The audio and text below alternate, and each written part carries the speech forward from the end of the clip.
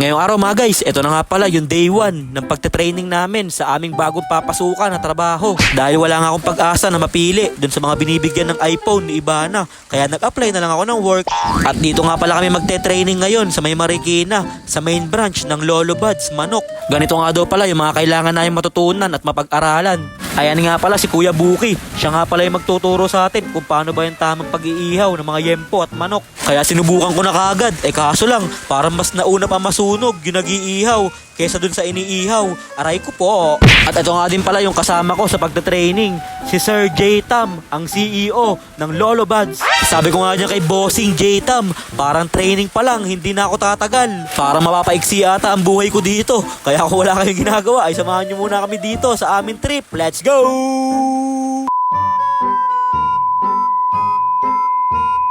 So, ayun po alas 6 pa nga lang ng umaga ay nagbiyahe na kagad kami dahil pupunta nga kami dun sa may pagte-trainingan namin.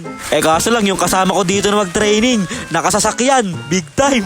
Mag-a-apply lang kayo ng trabaho para mag-ihaw ng manok at yempo. Nakasasakyan pa si J-Tab. Kaya nandito na nga din kami kala Sir Will at kala Ma'am Mia kasi susunduin pa nga namin yung isa naming kasamahan. At nung nasundo na nga namin sila Ma'am Mia at yung isa naming katrabaho na si Joy ay umalis na nga din kami. Nandito na nga din kami sa may Antipolo. Medyo malayo pa nga pala dito yung pupuntahan namin kasi sa Marikina nga daw yung main branch ng Lolo Buds. Pero maangas talaga si Sir J. Tam. Nakasasakyan pa yan. Partida magte-training lang yan para mag-ihaw ng manok at yempo. At nandito na nga din pala kami sa main branch ng Lolo Buds sa Marikina.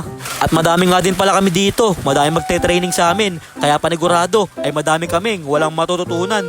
Pero quality naman dito sa Lolo Buds Manok kasi 498 lang. Meron ka ng buy one take one. Pwede yan manok o kaya yempo. O kaya naman yempo saka yempo. Pag gusto mo manok saka manok, bahala ka sa buhay mo kung anong gusto mo.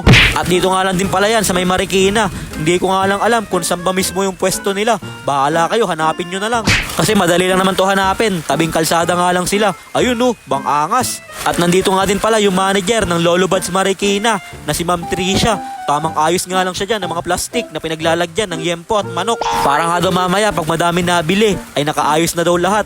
At meron nga pala sila dito na oven na pag binuksan mo ay para makakausap mo na si Lucifer. Dahil sobrang init nga dito sa main branch ng Lolo Buds. Simula nga nung napasok ako dito ay hindi na ako gumagawa ng masama. Puro kabutihan na lang. Kasi ganito pala yung pakiramdam pag napunta ka sa impyerno. Pag puro kasamaan yung pinagagagawa mo. Kaya tinuruan na nga din dyan si Sir J. Tam kung paano ba ang tamang pagtutusok ng yempo at ng manok. Madali naman turuan yan si J. Tam. Mabilis nga yan, walang matutunan. Kaya nung okay na, nung nagets na ni Sir J. Tam yung mga gagawin, ay lumabas na nga din muna siya para magpahinga. Dahil sobrang init nga sa loob ng Lolo Buds, pag lumabas ka, doon ka nga lang medyo magiginhawaan. Kahit saan ka pumesto, napakainit. Talagang mauubos ang pawis mo. Kaya nagsasabi na nga ako dyan kay Sir J. Tam na baka 1 week lang ang itagal ko kasi hindi ako tatagal sa ganito. Meron kasi akong hika dati. Lagi akong ubo ng ubo. Kaya hindi talaga ako pwede sa mga ganitong kalalakas na usok. Kasi malakas lang ako tumupok pero mahina ako sa usok ng uling. Kaya pagkatapos na mag-training ay nagutom na nga din kami. Buti na nga lang merong kalapit dito na karinderya. Kaya dito na kami pumud trip. At tinikman na din namin yung manok at yempo ng Lolo Buds. Kaya pagkatapos namin kumain, naghanap muna ako ng mga ilalim ng puno na pwedeng tambayan. Kasi sobrang init nga, nahihilo na ako. At buti na lang meron ako nakita dito na napakagandang spot. Kaso lang nung matutulog na ako, pinaalis ako ng gwardya. Kaya bumili na lang kami ni Sir J. Tam ng yelo para mailagay namin sa aming mga aqua plant. Dahil sobrang init na nga dun sa pinag-iihawan namin, napakainit pa ng panahon. Kaya pagkatapos ng break time namin, balik trabaho na ulit kami. Ayan bandami nga natin sinalang dyan para mamaya ay kuha na lang ng kuha. Ito nga din pala yung timer nila, kaya hindi ka masusunugan o mahihilawan. Pero malilibagan lang yung damit mo. Pero ayos lang, ako naman naglalaban yan. Kaya kahit malibagan ng malibagan ay for the go. Kasi wala namang ibang maglalaban yan para sa akin, kundi ako lang. Kaya pagkatapos namin madarang sa napakainit na apoy, ay bigla namang umulan. Aray ko po. Talagang first day pa lang ng aming pagte-training ay sinusubok na kaagad ako ng panahon. Pero wag kayong mag-alala kasi magte-training lang ako dito. Tapos hindi na ako papasok. Kaya yun lang mga guys. Maraming salamat nga po pala sa walang sawang pagsuporta at sa palaging panonood.